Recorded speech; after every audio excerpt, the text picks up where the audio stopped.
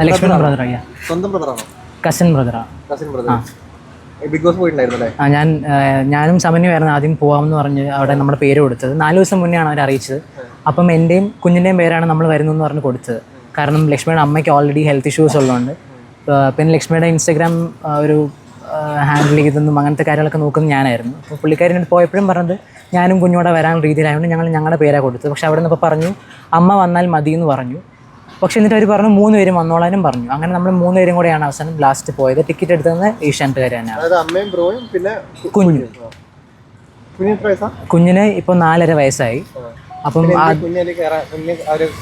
നമ്മൾ ടിക്കറ്റ് അയക്കാൻ വേണ്ടിയിട്ട് അവരുടെ ഫോർമാലിറ്റിക്ക് വേണ്ടി നമ്മൾ ഓൾറെഡി അവൻ്റെ പാസ്പോർട്ടും അവൻ്റെ ബർത്ത് സർട്ടിഫിക്കറ്റും അയച്ചു കൊടുത്തായിരുന്നു. നമ്മുടെ ആധാറും അയച്ചു കൊടുത്തു. അപ്പോൾ അതിൽ എവിഡൻ്റ് ആയിരുന്നു അവൻ്റെ വയസ്സ് എത്രയാണ്, അങ്ങനത്തെ അവൻ്റെ ഡീറ്റെയിൽസ് ഒക്കെ അതിൽ എവിഡൻ്റ് ആയിരുന്നു. പിന്നീട് എന്താണ് ഏജൻറ്റ് ആദ്യം അവർ പറഞ്ഞ റീസൺ, അവിടെ എത്തി നമ്മൾ കാരവാനിൽ നിന്ന് ഇറങ്ങി നമ്മളവിടെ എത്തിയപ്പോൾ അവർ ആദ്യം പറഞ്ഞ റീസൺ എന്ന് പറയുന്നത് ലക്ഷ്മിയുടെ ഹസ്ബൻഡും ലക്ഷ്മിയും ഡിവോഴ്സ് കേസ് നടക്കുന്നത് കൊണ്ട് ലക്ഷ്മിയുടെ മോനെ നമുക്കിങ്ങനെ കയറ്റാൻ പറ്റത്തില്ല എന്ന് പറഞ്ഞു. ഞാൻ അപ്പോൾ തന്നെ ലക്ഷ്മിയുടെ ഹസ്ബൻഡിനെ വിളിച്ചു, കോൺടാക്ട് ചെയ്തപ്പോൾ പുള്ളിക്കാരൻ പറഞ്ഞു അങ്ങനെ ഒരു കേസ് ഇവിടെ നടന്നിട്ടില്ല, അവർ കേസ് ഫയൽ ചെയ്തിട്ടില്ല. പിന്നെ അവരെന്തിൻ്റെ അടിസ്ഥാനത്തിലാണ് പറയുന്നതെന്ന് ഓർത്താണ് അപ്പോൾ തന്നെ ചേട്ടൻ ഒരു വീഡിയോ ഇറക്കിയിട്ടുണ്ടായിരുന്നു. ഒരു വീഡിയോ ഇറക്കി ഇത്രയും പേർക്ക് 13 അക്കൗണ്ടിലേക്ക് പുള്ളിക്കാരൻ മെയിൽ ചെയ്തു, ഏഷ്യാനെറ്റിൻ്റെ പല ആൾക്കാർക്കും. പിന്നെ അതേപോലെ ഒരു വാട്സപ്പിൽ ഒരു ലെറ്ററും അയച്ചിട്ടുണ്ടായിരുന്നു. അപ്പോൾ ഇത്രയും കാര്യങ്ങൾ പുള്ളി അപ്പോൾ തന്നെ ചെയ്തപ്പോൾ അവർ നമ്മുടെ അടുത്ത് പറഞ്ഞു കൺസേൺ ഉണ്ടെങ്കിൽ നമുക്ക് കുഴപ്പമൊന്നും ലക്ഷ്മിയുടെ അടുത്ത് കൂടെ ചോദിക്കട്ടെ എന്ന് പറഞ്ഞ് കൺഫെഷൻ റൂമിലോട്ട് ലച്ചുവിനെ വിളിച്ചു. എന്നിട്ട് ലച്ചുവിൻ്റെ അകത്ത് ചോദിക്കുന്നുണ്ട്. ലച്ചു ഓക്കെ പറഞ്ഞിട്ടാണ് അവരും ഓക്കെ പറഞ്ഞ് സമനുവിനെയും ലക്ഷ്മണ അമ്മയും കൂടെ കാറിൽ കയറ്റി കൊണ്ടുപോയത്. കാറിൽ കയറ്റി കൊണ്ടുപോയി പകുതി എത്തിയിട്ട് ബ്ലാക്ക് ക്യാറ്റ്സ് ആണെന്നാണ് അവർ പറഞ്ഞത് എൻ്റെ അടുത്ത്. അവർ വന്നിട്ട് സമനുവിനെ മാത്രം എടുത്ത് മാറ്റിയിട്ട് കാറ് വിട്ട് പുള്ളിക്കാരോട് മുന്നോട്ട് പോകാൻ പറഞ്ഞു. അതായത് സമനുവിനെ അത് പ്രീ പ്ലാൻ ആയിരുന്നു. കാരണം എന്നെ വേറൊരു മുറിയിലോട്ട് ഇരുത്തിയപ്പോൾ എനിക്കതിൽ റിയാക്ട് ചെയ്യാൻ പറ്റത്തില്ല. അപ്പം ഞാൻ വേറൊരു സ്ഥലത്തും ഇവർ രണ്ടുപേരും ഓൾറെഡി പോയെന്നാണ് ഞാൻ വെച്ചത്. കാരണം എനിക്ക് ബൈ പറഞ്ഞ് അവർ വിട്ടതാണ്. അപ്പോൾ ആ സമയത്താണ് സമനുവിനെ പിന്നെ അവിടുന്ന് അവർ പിക്ക് ചെയ്ത് നമ്മുടെ അടുത്ത് കൊണ്ട് എത്തിക്കുന്നത്. അവസാനം അങ്ങനെ ലാസ്റ്റ് മിനിറ്റ് അമ്മയ്ക്ക് മാത്രമേ കയറാൻ പറ്റുള്ളൂ. അറ്റ്ലീസ്റ്റ് സമനുവിനെ കയറ്റിയില്ലെങ്കിൽ അവർക്ക് എന്നെ കയറ്റേണ്ടി വന്നത്. അതുകൊണ്ട് എന്നെയും കുഞ്ഞിൻ്റെയും കയറ്റാതിരിക്കാൻ വേണ്ടിയിട്ട് അവർ നല്ല പ്ലാൻഡ് ആയിട്ട് ചെയ്തൊരു സംഭവമായിട്ടാണ് ഞാൻ തോന്നുന്നത്. അങ്ങനെ ചെയ്യേണ്ട കാര്യം എനിക്ക് ആക്ച്വലി അറിഞ്ഞൂടാ. കാരണം നമ്മളെ ഒന്നെങ്കിൽ നമ്മളവരെ വരണ്ടെന്നാണ് അവരുടെ ആഗ്രഹമെങ്കിൽ അവർക്ക് ടിക്കറ്റ് അയച്ചു തരേണ്ട ആവശ്യമില്ലായിരുന്നു. അതുപോലെ അവർക്ക് നമ്മളെ വിളിക്കേണ്ട ആവശ്യമില്ലായിരുന്നു. നമുക്ക് അവിടെ പോകേണ്ട ആവശ്യമില്ലായിരുന്നു. പക്ഷേ ചിലപ്പോൾ വീടിൻ്റെ പടിക്കൽ വന്നിട്ട് തന്നെ ലക്ഷ്മി അന്ന് പറഞ്ഞ സ്റ്റേറ്റ്മെൻറ്റ് ഉണ്ടല്ലോ, LGBTക്കിനെ വീട്ടിൽ കയറ്റാൻ താല്പര്യമില്ല എന്നുള്ളത്. അപ്പോൾ അതുപോലെ അവരുടെ വീടാണല്ലോ ബിഗ് ബോസ്. അവിടെ നമ്മളെയും എന്നെയും കുഞ്ഞിനെയും കയറ്റണ്ടെന്നുള്ള രീതിയിലായി. കാരണം അപ്പുറത്തെ മുറിയിലാണ് ലക്ഷ്മി ഉള്ളത്, മോൻ ഇപ്പറേ ഉണ്ട്. അപ്പോൾ ഞാൻ ഓൾറെഡി പറഞ്ഞു അപ്പുറേ അമ്മയുണ്ട്, കയറാം എന്നൊക്കെ പറഞ്ഞ് റെഡി നിന്നപ്പോൾ അങ്ങോട്ട് ഫ്രണ്ട് എത്തി ഡ്രസ്സ് ഇട്ട് അവൻ്റെ വീഡിയോ കണ്ടെന്ന് പ്രതീക്ഷിക്കുന്നു. സ്യൂട്ടൊക്കെ ഇട്ടൊരു വീഡിയോ ലക്ഷ്മി ഇട്ടിട്ടുണ്ട് ഇൻസ്റ്റഗ്രാമിൽ. അവിടെ എത്തിയപ്പോഴാണ് പറഞ്ഞത് കുഞ്ഞിനെ കയറ്റാൻ പറ്റില്ല.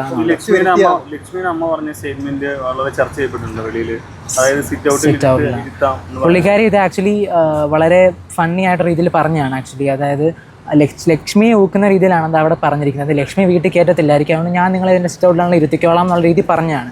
അതിനുശേഷം പ്യുവറായിട്ട് ക്ലാരിഫൈ ചെയ്യുന്നുണ്ട് എനിക്ക് നിങ്ങളോട് പ്രശ്നമില്ല. കാരണം ലക്ഷ്മിക്ക് ഇത്രയും വോട്ട് കിട്ടാൻ അതേ ഗെയിം കളിച്ചാൽ ലക്ഷ്മി ടോപ്പ് 5 വരെ അവിടെ എത്തുമെന്ന് നമുക്ക് പറയാമായിരുന്നു. പക്ഷേ എൻ്റെ അടുത്ത് പുള്ളിക്കാരി ഫ്ലൈറ്റ് എന്ന് പറഞ്ഞ കാര്യമാണ്. ഞാൻ ഒരിക്കലും പറയില്ല. അവരും 2 പിള്ളേരാണ്. അവരുടെ മാതാപിതാക്കളെ നോക്കുമ്പം വല്യമ്മച്ചിക്ക് വിഷമമുണ്ട്. പക്ഷേ അവർ ഇങ്ങനെ ആണെങ്കിൽ അവർക്ക് എന്ത് ചെയ്യാൻ പറ്റും എന്നുള്ള കാര്യം കൊണ്ട് പുള്ളിക്കാരിൻ്റെ അടുത്ത് പറഞ്ഞത് ഇവരെ ഞാൻ ഒന്നിപ്പിച്ചിട്ടേ വരൂ എന്നുള്ള കാര്യം. അപ്പോൾ അതൊന്നും ഈ ഏഷ്യാനെറ്റുകാർ ലൈവിൽ ഇട്ടിട്ടില്ല.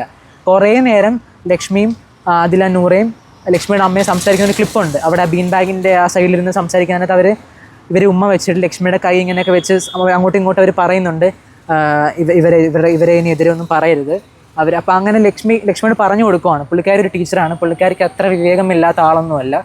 സിറ്റ് ഔട്ടിലെ കാര്യം പറഞ്ഞാൽ നെഗറ്റീവ് ആവുന്നുള്ള കാര്യം നമുക്കറിയാം. അതുകൊണ്ട് പുള്ളിക്കാരി അത് പറഞ്ഞത് ആക്ച്വലി ലക്ഷ്മിയെ ഒന്ന് മാറ്റിയെടുക്കാൻ വേണ്ടിയിട്ടായിരുന്നു. ലക്ഷ്മി അങ്ങനെ രണ്ട് പേരാണ്. ലക്ഷ്മണ അമ്മയെ ഒരിക്കലും ഒരേ ചിന്താഗതിയാവണം നമുക്ക് വാശി പിടിക്കാൻ പറ്റത്തില്ല. ലക്ഷ്മിയുടെ അമ്മയ്ക്ക് അത് താല്പര്യം ഉണ്ടായിരിക്കും, പക്ഷെ ലക്ഷ്മിക്ക് താല്പര്യമില്ല. അതുപോലെ തന്നെ പ്രമോസിലൊക്കെ കാണിച്ചത് ലക്ഷ്മിയുടെ അമ്മ ഇങ്ങനെ പറയുന്നതായിട്ടാണ് കാണിച്ചത്. അതിന്റെ യാഥാർത്ഥ്യം ശരിക്കും പറഞ്ഞാൽ ലൈവ് കാണുന്നവർക്ക് അറിയത്തുള്ളൂ. അതെ, നോർമൽ എപ്പിസോഡ് കാണുന്നവർക്ക് മനസ്സിലാവില്ല. അപ്പോൾ ശരിക്കും ഒരു അൺഫെയർ ഗെയിം അവിടെ നടക്കുന്നതായിട്ട് തോന്നുന്നുണ്ടോ? എനിക്ക് ഇത്രയും നാളും ബിഗ് ബോസ് ഭയങ്കര ഇഷ്ടമായിരുന്നു. ബിഗ് ബോസിൽ ഏറ്റവും കൂടുതൽ ബിഗ് ബോസ് കാണുന്ന ഒരാളായിരുന്നു ഞാൻ. പക്ഷേ ഒരിക്കലും എനിക്ക് മനസ്സിലാവാത്ത ഇതിൻ്റെ അപ്പുറം അൺഫെയർ അല്ല ചേട്ടാ. അപ്പോൾ മറ്റേ നമ്മൾ അവിടെ വരെ ഫ്രണ്ടിൽ കൊണ്ടുപോയിട്ട് അവിടെ എന്തോ കളിയാടുന്നു. കാരണം അവിടുത്തെ ഓൾമോസ്റ്റ് എല്ലാ ആൾക്കാരും എൻ്റെ കൈ പിടിച്ചിട്ടാണ് പറയുന്നത് മോനെ സോറി, മേളിൽ നിന്നുള്ള പ്രഷർ കൊണ്ടാണ് കുഞ്ഞിനെ കയറ്റാൻ പറ്റാത്തതെന്ന്. അപ്പോൾ പിന്നെ എനിക്ക് അത് മാത്രം അറിഞ്ഞാൽ മതി, മേളിൽ നിന്നുള്ള പ്രഷർ ആരാണെന്ന് പറഞ്ഞാൽ മാത്രം മതി. കാരണം വേറെ എന്തും അൺഫെയർ കാണിച്ചോട്ടെ, ലക്ഷ്മി പറഞ്ഞ സ്റ്റേറ്റ്മെൻറ്റ് യോജിക്കാതിരുന്നോട്ടെ യോജിച്ചോട്ടെ, അതൊന്നും നമ്മളെ വിഷയമല്ല. ആ ചെറുക്കനൊന്നും കാണിച്ചിട്ടില്ല, 4.5 വയസ്സേ അവനുള്ളൂ.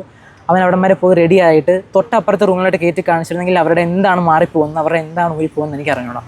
LGBT കമ്മ്യൂണിറ്റിയിലുള്ള രണ്ടുപേരെ ലക്ഷ്മി വീട്ടിൽ കയറ്റില്ല എന്ന് പറയുന്നത്. അപ്പൊ അതിന് പകരമായിട്ട് താങ്കൾ തന്നെ പറയുന്നത് ബിഗ് ബോസിൽ അവർ തിരിച്ചു കയറ്റാതിരുന്നത് അവരുടെ ഒരു ഗെയിമാണ്. ആയിരിക്കാമെന്നാണ് പറയുക. കാരണം ഞാൻ എത്ര ആലോചിച്ചിട്ടും എനിക്കത് ഉത്തരം തോന്നുന്നില്ല. കാരണം പിന്നെ വേറെ അവനെ കയറ്റാതിരിക്കാനുള്ള ഒരു പോസിബിലിറ്റി പറയാൻ പറ്റുമോ ചേട്ടൻ? എനിക്ക് അങ്ങനെ തന്നെയാണ് തോന്നുന്നത്. കാരണം അല്ലെങ്കിൽ ലാസ്റ്റ് മൊമെന്റ് വരെ പുള്ളിക്കാരിക്ക് അവർക്ക് കാരണം അവർ ആദ്യം വാശി പിടിച്ചത് അമ്മ വരണം എന്ന്. അല്ലെങ്കിൽ ഞങ്ങൾ രണ്ടുപേരും മാത്രം പോയിരുന്നെങ്കിൽ അവർക്ക് പ്ലാൻ എക്സിക്യൂട്ട് ചെയ്യാൻ പറ്റത്തില്ല, അമ്മയെ കയറ്റാൻ പറ്റത്തില്ല. ഇപ്പോൾ അവർ കയറ്റിയെന്ന് വെച്ചാൽ അമ്മയെ കയറ്റി. പക്ഷേ കുഞ്ഞിനെ ലക്ഷ്മി ഏറ്റവും എക്സ്പെക്ട് ചെയ്തത് കുഞ്ഞിനെ തന്നെയാണ്.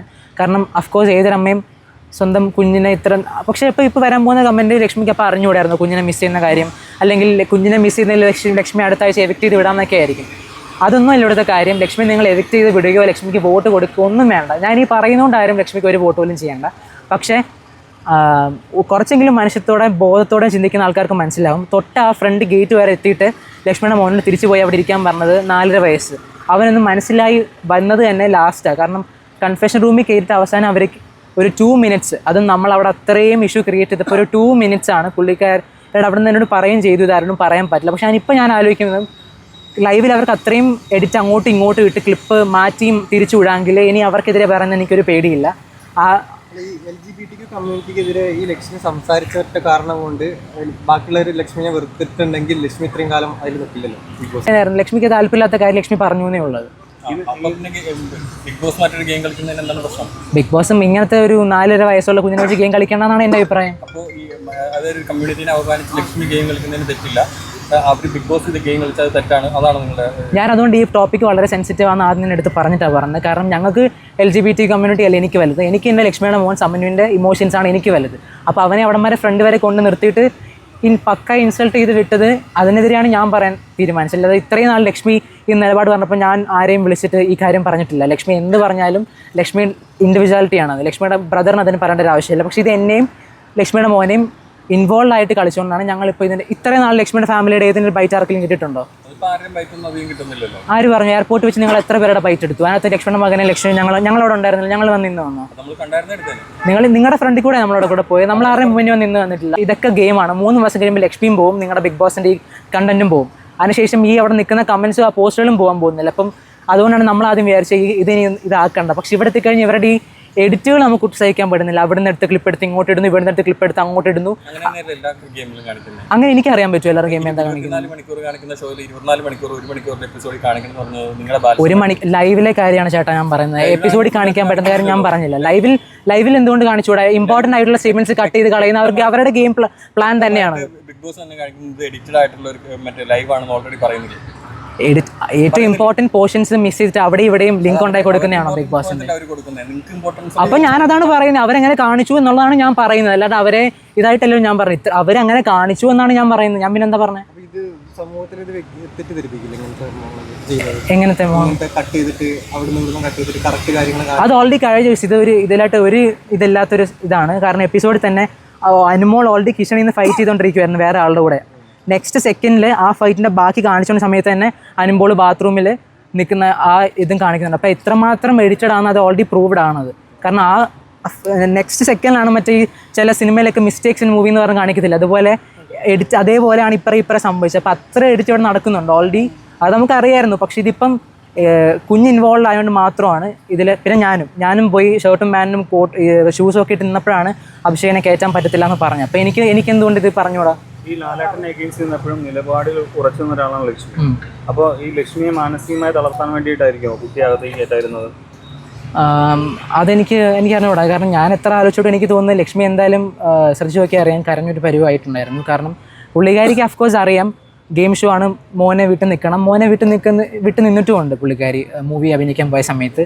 പക്ഷേ ഇത് അപ്പുറത്ത് റൂമിലുണ്ടെന്ന് പറയുമ്പം അത് ഇമോഷൻ വേറെയാണ്. നമുക്കിപ്പോൾ എന്തെങ്കിലും സാധനം നമ്മുടെ അടുത്ത് വെച്ച് നമുക്ക് ഇങ്ങനെ എടുക്കാൻ പറ്റാത്ത സമയത്താണ് നമുക്ക് ഏറ്റവും വിഷം വരുന്നത്. കിട്ടാത്ത കാര്യങ്ങൾ നമുക്ക് പിന്നെയും അത് പറ്റാത്തതുകൊണ്ടാണെന്ന് മനസ്സിലാക്കാൻ പറ്റുമല്ലോ. അപ്പോൾ എന്തായാലും ലക്ഷ്മി എന്തായാലും എഫക്ട് ചെയ്ത് കാണും. പക്ഷേ എന്തായാലും ലക്ഷ്മി ഇന്നലത്തെ എപ്പിസോഡ് എനിക്ക് ലക്ഷ്മിയുടെ പവർഫുൾ ആയിട്ടുള്ളൊരു ഇമ്പാക്റ്റ് തന്നെ ഞാൻ കണ്ടു. അതുകൊണ്ട് ഞാൻ പിന്നെ ലക്ഷ്മി പിന്നെയും അത് അഫക്ട് ചെയ്തിട്ടില്ലെന്നാണ് ഞാൻ വിശ്വസിക്കുന്നത്. പറയുന്ന കാര്യങ്ങൾ ലക്ഷ്മിക്ക് എതിരെ അവർ ഒന്നും കൂടി തിരിയുന്നുള്ള അതുകൊണ്ടാണ് അത് ഇനി തിരിഞ്ഞാലും ഒന്നും ഇല്ലെന്നുള്ള രീതിയില്ല. കാരണം ലക്ഷ്മി തിരിച്ചു വന്നാൽ ഇതിനെന്തെങ്കിലും ഞാൻ ലക്ഷ്മിയെ കൊണ്ട് പ്രതികരിക്കും. കാരണം തൊട്ട് ഫ്രണ്ട് വരെ വന്നിട്ട് അവിടെ ആരുടെയും വീട്ടുകാരെ, നമ്മുടെ വീട്ടിൽ നിന്ന് മാത്രമാണ് 3 പേര് പോയത്, ബാക്കിയെല്ലാം ഇവിടെ 2 പേര് പോയി 2 പേരെ കയറ്റി. ഈ 3 പേര് പോയിട്ട് ഒരാൾ കയറിയത് ഞങ്ങളുടെ വീട്ടിൽ നിന്നാണ്. അപ്പോൾ അതെന്തുവാണ് സംഭവിച്ചത്? കാരണം കുഞ്ഞിനെ കയറ്റുന്നില്ല, അത്ര റീസൺ ഇല്ലെങ്കിൽ അവർക്ക് എന്നെ കയറ്റുന്നതിനായിരുന്നു പ്രശ്നം. അപ്പോൾ എന്നെ കയറിയിരിക്കാൻ വേണ്ടി എന്നെ ആദ്യമേ മാനിപ്പുലേറ്റ് ചെയ്തുകൊണ്ട് വേറെ റൂമിൽ കൊണ്ടിരുത്തിട്ട് അവരെ രണ്ടുപേരെ കയറ്റെന്ന് പറഞ്ഞ് അവരെ കൊണ്ടുപോയി.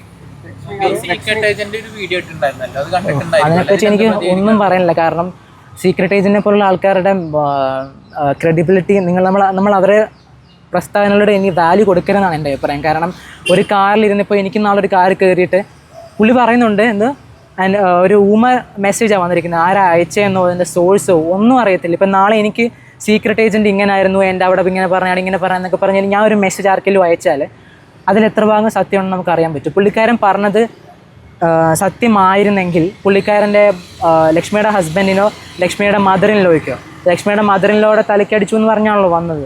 ലക്ഷ്മിയുടെ മദറിൻലോയ് എത്ര സ്ഥലത്ത് റിയാക്ട് ചെയ്തിട്ടുണ്ട്. അത് പക്ഷേ പൊങ്ങി വരത്തില്ല. കാരണം ഒരു പോയിന്റിനപ്പുറം ആ ന്യൂസ് മേലോട്ട് വരുത്താനുള്ള ആ ഒരു ട്രെൻഡിങ് വരുത്താനുള്ള കപ്പാസിറ്റി നമുക്കില്ല. നമ്മുടെ അക്കൗണ്ട് അത്രയും റീച്ച് ആക്കിയോ. ഇപ്പം സീക്രട്ട് ഏജന്റിനെ പോലെ ആളത് പറയുമ്പോൾ അതിൻ്റെ ഇമ്പാക്റ്റ് ഡിഫറെൻ്റ് ആണ്. കുറേ ആൾക്കാരത് കാണുന്നുണ്ട്. അടുത്ത ദിവസം തന്നെ കുറേ സോഷ്യൽ മീഡിയ ചാനൽസ് ഇവരുടെ വീഡിയോ എടുത്തിട്ടുണ്ടായിരുന്നു. സീക്രട്ട് ഏജൻറ്റ് പറഞ്ഞു വേദലക്ഷ്മി അമ്മായിമ്മയുടെ തലക്കിട്ട് അടിച്ചു എന്നുള്ള. എത്ര ഫ്രണ്ട്സ് എനിക്ക് അയച്ചെന്നറിയാം, നിൻ്റെ ചേച്ചി ഇങ്ങനെ ചെയ്തു. ഞാൻ പറഞ്ഞു ഇല്ല, ചെയ്തിട്ടില്ല. ഞാൻ പക്ഷേ എൻ്റെ വീഡിയോ സേവ് വെച്ചു. കാരണം എനിക്ക് എന്തെങ്കിലും അറിയാം, ഇന്നല്ലെങ്കിൽ നാളെ ഇതിനെതിരെ ഞാൻ എവിടെ എന്തെങ്കിലും പറയാൻ എനിക്കറിയാമായിരുന്നു ഈ മൊമെൻറ്റ് എന്തായാലും ഉണ്ടാവുന്നത്. കാരണം എപ്പോഴും സത്യം ജയിക്കുമെന്നാണ് എൻ്റെ വീട്ടുകാരനെ പഠിപ്പിച്ചിരിക്കുന്നത്.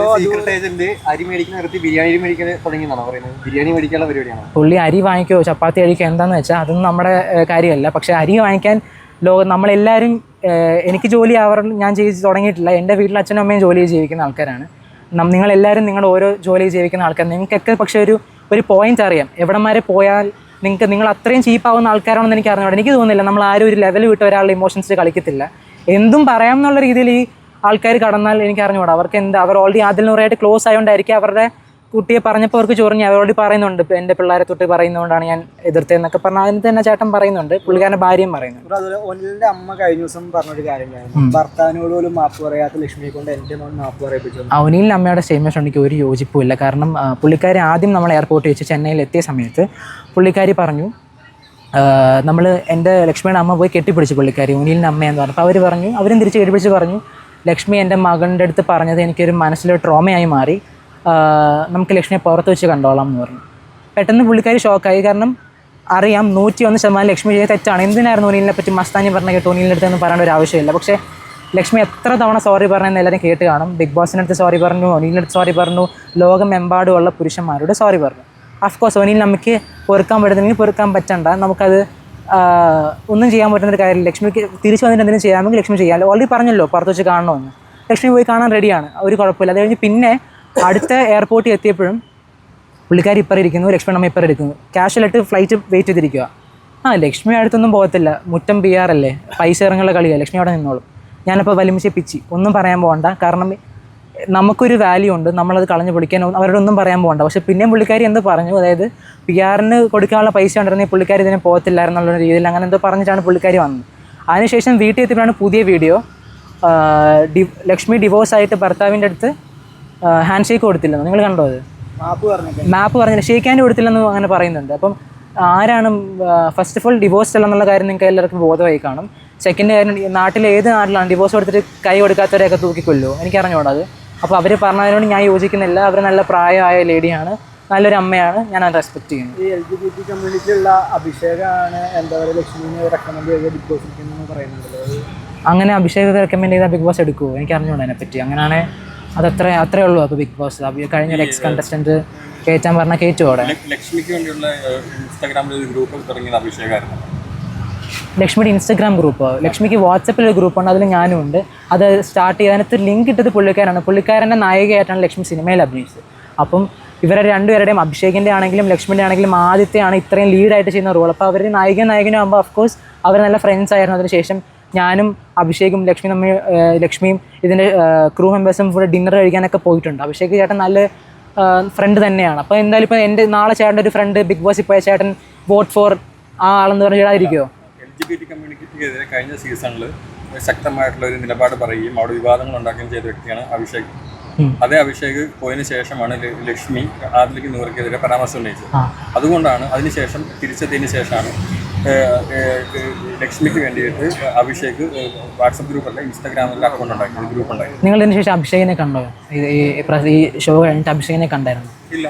അഭിഷേകിനെ കാണുമ്പോൾ ചോദിച്ചോളൂ. ഞാനിപ്പോൾ ആദ്യമേ പറഞ്ഞൊരു കാര്യമാണ്, വേറെ ഈ കാര്യങ്ങൾക്ക് ഉത്തരം നൽകാനാണെങ്കിൽ ഈ കാര്യത്തിന് ഉത്തരം നൽകാനാണെങ്കിൽ എനിക്ക് ഓൾറെഡി ഇതിന് മുന്നേ തന്നെ ഇങ്ങനൊരു ആൾക്കാർ നിങ്ങളുടെയൊക്കെ ഇൻസ്റ്റാഗ്രാം എൻ്റെ എന്തായാലും ഉണ്ടല്ലോ അക്കൗണ്ട്, നിങ്ങൾക്കൊരു മെസ്സേജ് ഇട്ടാൽ നിങ്ങൾ വന്ന് എടുക്കുമെന്ന് എനിക്കറിയാം. കാരണം ലക്ഷ്മിയുടെ ഭാഗത്തുനിന്ന് ഏതെങ്കിലും ആദ്യമായിട്ടായിരിക്കും ഒരു പ്രതികരണം രീതിയിൽ നിങ്ങൾ എന്തായാലും അത് ഷൂട്ട് ചെയ്ത് തന്നെ. പക്ഷെ അന്നും ഇന്നും ആ കാര്യത്തിനോട് യോജിച്ചോ എൻ്റെ ഒരു സ്റ്റോറി പോലും ഞാൻ ഇട്ടിട്ടില്ല. ലക്ഷ്മി പറഞ്ഞ എന്താ ഇതെല്ലാം ഒരു ഗെയിമാണ്. ലക്ഷ്മി പറയുന്നു ഇതിനുള്ള ഉത്തരം നൽകേണ്ട ലക്ഷ്മിയുടെ ബ്രദറാണോ, ലക്ഷ്മിയാണ് ഉത്തരം നൽകേണ്ടത്. പക്ഷേ എന്നെയും ലക്ഷ്മിയുടെ മോനെയും ഇൻസൾട്ട് ചെയ്യുന്ന ഉത്തരം നൽകേണ്ട ആരാ? അതിന് ഞങ്ങൾക്ക് ചേട്ടനെ സീരിയസ്ലി ചോദിക്കുക, ലക്ഷ്മിയുടെ മകനെയും ലക്ഷ്മിയുടെ ബ്രദറിനെയും ഇൻസൾട്ട് ചെയ്തതിന് ഞങ്ങൾക്ക് വോയിസ് ഇല്ലേ ചേട്ടാ? അതാണ് നമ്മൾ ചോദിച്ചത്. അല്ലാതെ ലക്ഷ്മി അവിടെ പറഞ്ഞ കാര്യമോ അതിനൊന്നും നമ്മൾ ചേട്ടൻ പിന്നെ അത്രയും കുത്തിക്ക് ചോദിച്ചാണ് ഞാൻ പറഞ്ഞത്. ലക്ഷ്മി പറഞ്ഞ പോലെ എനിക്ക് അഭിപ്രായമില്ലേ, 18 വയസ്സായി എനിക്ക്. അപ്പോൾ അതിൻ്റെ ബോധത്തിലാണ് എൻ്റെ അഭിപ്രായം ഞാൻ പറഞ്ഞത്. അതുപോലെ ഇങ്ങനെയുള്ള ഇഷ്യൂസ് ലക്ഷ്മി ഇപ്പോൾ ടോപ്പ് 5 എത്തുവാണ് തന്നെ അതിലേക്കൊരു തടസ്സമായി മാറുമോ? ഇങ്ങനെയുള്ള അതായത് ഏഷ്യാനിൻ്റെ ഭാഗത്തുനിന്നുണ്ടാകുന്ന ഇഷ്യൂസ്, ഷോയുടെ ഭാഗത്തുനിന്നുണ്ടാകുന്ന ബിഗ് ബോസിൻ്റെ ഭാഗത്തുനിന്നുള്ള ഇഷ്യൂസ് ടോപ്പ് 5 എത്തുമെങ്കിൽ അത് നമ്മൾ ജനങ്ങൾക്ക് ഇഷ്ടപ്പെട്ടല്ലേ ടോപ്പ് 5 എത്താൻ പറ്റും. അല്ലാണ്ടൊരു എത്രയെന്ന് വെച്ചാൽ PR നിങ്ങൾ പറയുന്നത് PR ചെയ്താൽ ടോപ്പ് 5 എത്തിയ ആൾക്കാരുണ്ട്. PR ഒന്നിൻ്റെ മാനദണ്ഡമല്ല. കാരണം ഇത് കാണുന്ന ഒരു വലിയ പോർഷനും സാധാരണക്കാരാണ്. ഇപ്പം നിങ്ങൾ എത്ര പേര് തന്നെ ബിഗ് ബോസ് സ്ഥിരം കാണുന്ന ആൾക്കാരെന്ന് എനിക്ക് അറിഞ്ഞൂടാ. ഞങ്ങളുടെ നാട്ടിൽ ഞങ്ങളുടെ ഒരു ഭയങ്കര കുഞ്ഞു ഗ്രാമമാണ്. അവിടുത്തെ മിക്ക വീടുകളിലും 9 മണി 9:30 ആകുമ്പോൾ ഈ ഷോ വെക്കും.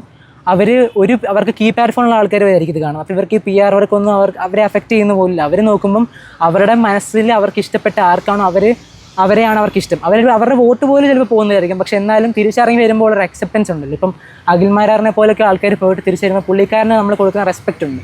അത് ആൾക്കാർക്ക് അഖിൽമാരാജ് സാറിനോടൊക്കെ അത്രയും ഒരു ക്ലോസ്നെസ് ഫീൽ ചെയ്തുകൊണ്ട് മാത്രം കിട്ടിയ ഒന്നാണ്. അതിന് അഖിൽമാരാറിനൊക്കെ PR വിചാരിച്ചപ്പോൾ നടക്കത്തില്ല. കാരണം നമുക്ക് അങ്ങനെ മലയാളി പ്രേക്ഷകർ അത്രയും ഡമ്പല്ലല്ലോ ഒരിക്കലും.